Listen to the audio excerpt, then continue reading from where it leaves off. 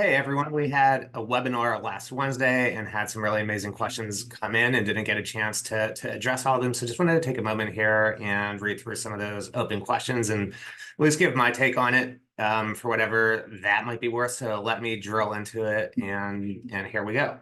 So let's see, the first question that we have here that we didn't get to is how to use AI within our role and not be replaced by it.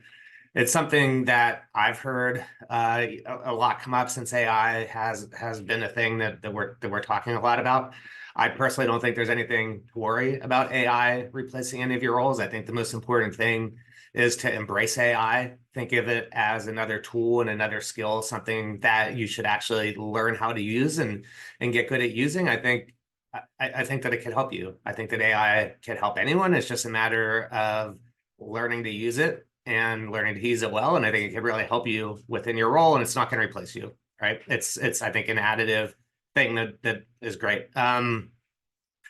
What should you be doing on a daily basis to be a great leader? Example, team communication, frequent check-ins, etc. This is from Jordan Jabroscu. Apologize if I mispronounce his name.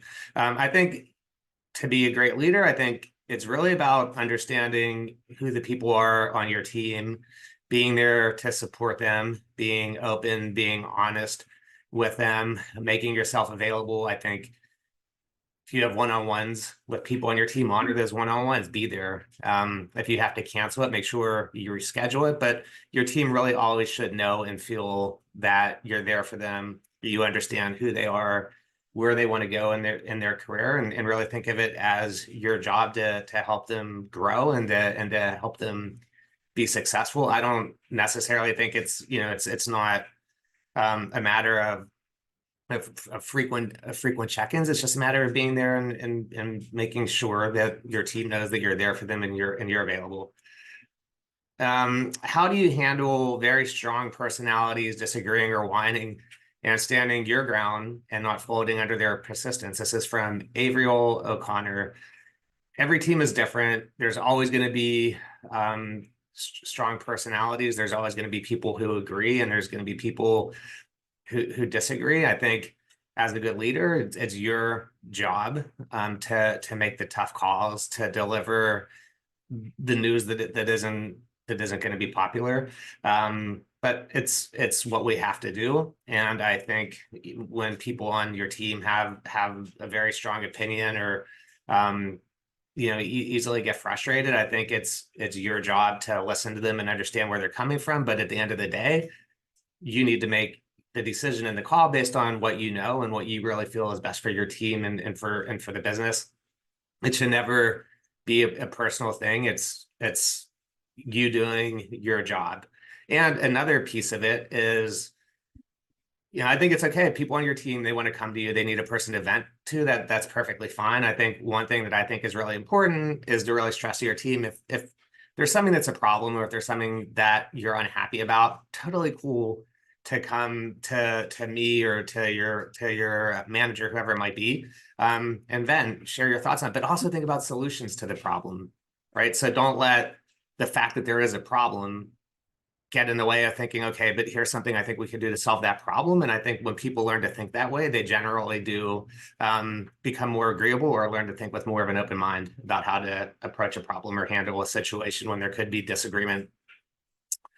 What new UX research methods should I learn in 2024? This is from Peter B. Larson. I can't really say that, there's a new UX research method that comes to mind. I think to me, it's more about efficiency and, learning how to get stuff done as quickly with as little bloat as possible. I know that, a lot of budgets are strapped and have been strapped.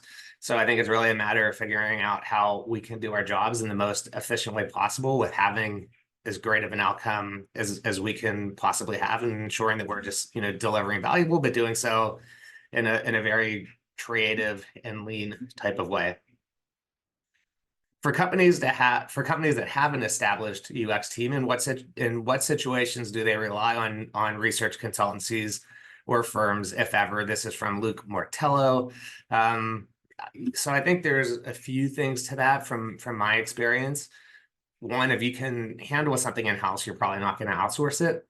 There could be times where there is a certain specialty that might come into play that your team isn't quite equipped to handle, or maybe not equipped to handle in the way that you would need it to be done. In that case, I think maybe you can outsource. So, for example, maybe you have a team and their expertise is really on doing more evaluative or product-based research, or contrary to that, maybe it's a team of market researchers, but you really need to go deeper on product. In that case, you might need to call in an outside firm who can help you with that specific niche or specialty. The other area where I think this type of thing can happen is if your team is just, if you're just really strapped and you have an important piece of research and it needs to get done, you might need to pull in extra help. Or I think if you are an outside research firm, you can, I think there's always an opportunity to talk to companies just to see, hey, can we come in and do a training, or maybe talk about best practices or methods we use, which might be able to help you. So I think there's probably a consultancy angle for those types of businesses to think about also. But, I think generally, what you're asking here is, I think companies that have their own internal research teams probably less often are going out and looking for others, or looking for help in other places. Do you foresee any shifts in the need of innovation and design teams to nearly or constantly prove value? I wouldn't say I see any shifts. I think that if you're a design team, you and your team should constantly be proving value. I think look at what the data is saying, listen to what the customers are saying, listen to customer satisfaction, see how conversion rates are improving. I think any meaningful change in business performance, there is a direct correlation to design team involvement in that. And I also think a lot of times people get very, caught up in this idea of innovation and doing something new. And I think that's great. And I think it's something everyone should be thinking about. But there's also this performance line that is really important. And I think it's really important that you're always optimizing and always thinking about that performance line to make sure that you're performing your core business the best that you possibly can. And I think if you can focus on that, I think the design team is always going to be in a very good position to be able to talk about and show why they're providing value. How can one develop confidence in assuming a leadership role in research operations, particularly when their individual is in a higher positions? Well, and this is from Acorns. So let's see. So I think there's always going to be people in a higher role or a higher position, and I think that's okay. I think we can always learn from those people. That is why they're there. But I think if you approach your day-to-day with a growth mindset, and always with this idea that I want to learn and I want to get better, and coming in and doing what I do every day successfully is going to help me succeed, and that's going to help me grow and advance in my own career. I would also think about, what opportunities might exist in your company that you're not really doing yet, or the company as a whole isn't really doing yet. And is there a way that you can show how that particular thing could prove value? And maybe that's something that you could get more involved in, which could also be another way to lead, to growth. But I wouldn't look at it from the standpoint of, being stunted in any way because there are people in higher positions. I think it's always about continuously learning. And by doing that, I think you're going to always prove your own value. And with that, good things should come. How do you stay aligned on the role of design and expectations with your boss when they don't have a design background? This is from Kelly Balker. Sorry if I pronounced that wrong. Yeah, I think that as you grow within a company, there's always that chance that you're going to end up reporting to someone who doesn't have design as a background, or at least design specialty as a background. But it doesn't mean that person doesn't know design. It doesn't mean they understand design. I think there's a natural tendency to think that sometimes. I report to so-and-so, and they might be more of a technologist, or they might be a product management background, but that's who I report to. But they got to where they are for a reason, and chances are they've been around design and they do understand it, maybe more so than you give them credit for.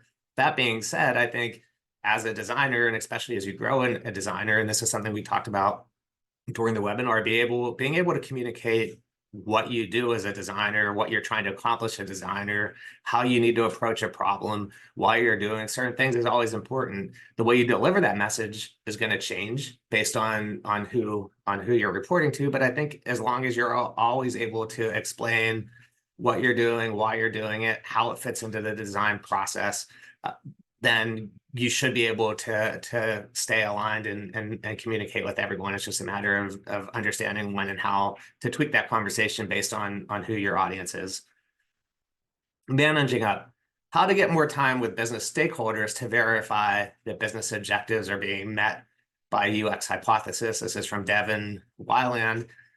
So, I think there's a few things to this one. I think if you're a designer, you should always know how your design solutions are mapping to a UX hypothesis, whether it is through user research and understanding what customers are saying about a particular solution, constantly looking at data to understand what the data is saying. But if it's a matter of getting more time with business stakeholders, how can you be creative to get that done? Is it, maybe you're setting up a monthly cadence check-in with business stakeholders just to talk through ongoing experiments and what your design solutions are and how those design solutions are working out, or where you need to make pivots. Another thing I think, which is I think it's a really good thing, is Slack or tools such as Slack, where you could create channels, maybe focus on one particular topic. And I've been seeing, I think that type of thing is great because people are busy, everyone has meetings. So being able to use that more asynchronous type of communication just to give overall status updates and ask questions is maybe another good way to handle it. But I think it's just a matter of opening up. If you have questions or concerns, or just generally want more alignment, I would just think about ways to get time with those teams. And again, the monthly check-ins I think are always a good thing, and Slack I think is a really powerful tool, for much the same reason. How do we prepare our teams for the age of AI? This is from Gina Tillis. I think, like I said above, I think stay on top of what's happening in the AI space, particularly within your craft or within your discipline, and learn how to use the tools. They can only help you. How can UXR leadership embrace AI tools and practices, but ensure teams don't miss out on necessary background and understanding of UX as well? This is from Leon Fisk. I think if I'm understanding this question, I don't think that AI tools and practices are going to replace what you do as a designer or as a researcher. I think they're going to support you and they're going to help you. And I think as long as you're working on the right problem and approaching it in the right way, you should always, like, the background of a problem and the reason why you're doing something is always going to be there. That's on you as the individual. AI tools are doing nothing but supporting you. What leadership roles in UX design exist that do not involve only managing a team of designers? This is from Karen Hoffman. So, I think that nowadays there are a lot of room for somebody to grow within a company and not necessarily take on direct reports and be very successful. I think if you go way back, generally there was a time where really it's like you did have to get into management in order to grow as a leader. That being said, I don't think that being a leader and managing people are necessarily the same thing. I think you can be a great leader and not manage anyone, just by having experience and being good at what you do. And I think there's also an element of that where you maybe don't have to lead people, and I think that's perfectly fine. But you should always want to be a good mentor. And if you have junior level people on your team, talk to them and help them grow their own career. But now you're seeing this. Now you are starting to see a lot more roles. For example, principal level roles, and maybe that idea with a principal level role is to have somebody who's just really good within their craft, who wants to help other people, but they're not necessarily taking on direct reports or don't have to take on direct reports. So I definitely do think the avenue is there. to do that. But the one thing that I would advise anyone, if that's what you want to, go after, then, kind of embrace this idea of just leading by action. And like I said earlier, by just being really open and wanting to help and mentor other people on your team. How to establish design process in the team when stakeholders have their own view of how it should be. This is by Jane Itkes. I would ask questions. So for one thing, there's not one set design process that works for every project or that works across every company. Every project is unique. Every company is different. And I think the design process has to adapt to fit those needs. If you have stakeholders and they have a view of how design should work, I would ask questions about why they think it should work that way. Have they considered trying other things? These are things that I've done in my past that have been really successful. Can we try this here? And again, and this is something that we talked about during the webinar, test different processes. You can test processes, right? Try a process one way, do a retro, get feedback from others once the project ends, and understand how it went and how it could have been better. And I think if you're getting that input and you're getting that feedback from people that you're working with, you're always going to learn what's working and what's not working, and where are we going to have to tweak things. I think any stakeholder who gets feedback about process, which could be more efficient, which could lead to a better outcome, is going to listen to that and be willing to change and adapt. And if they're not, there's, I think, a bigger problem there. But really, like, test what you're doing, ask questions, get feedback, and don't be afraid to constantly change and iterate. Okay, it looks like that is the last question that came in. Thanks again for listening to me rant here for a little while, and hope everyone has a great week.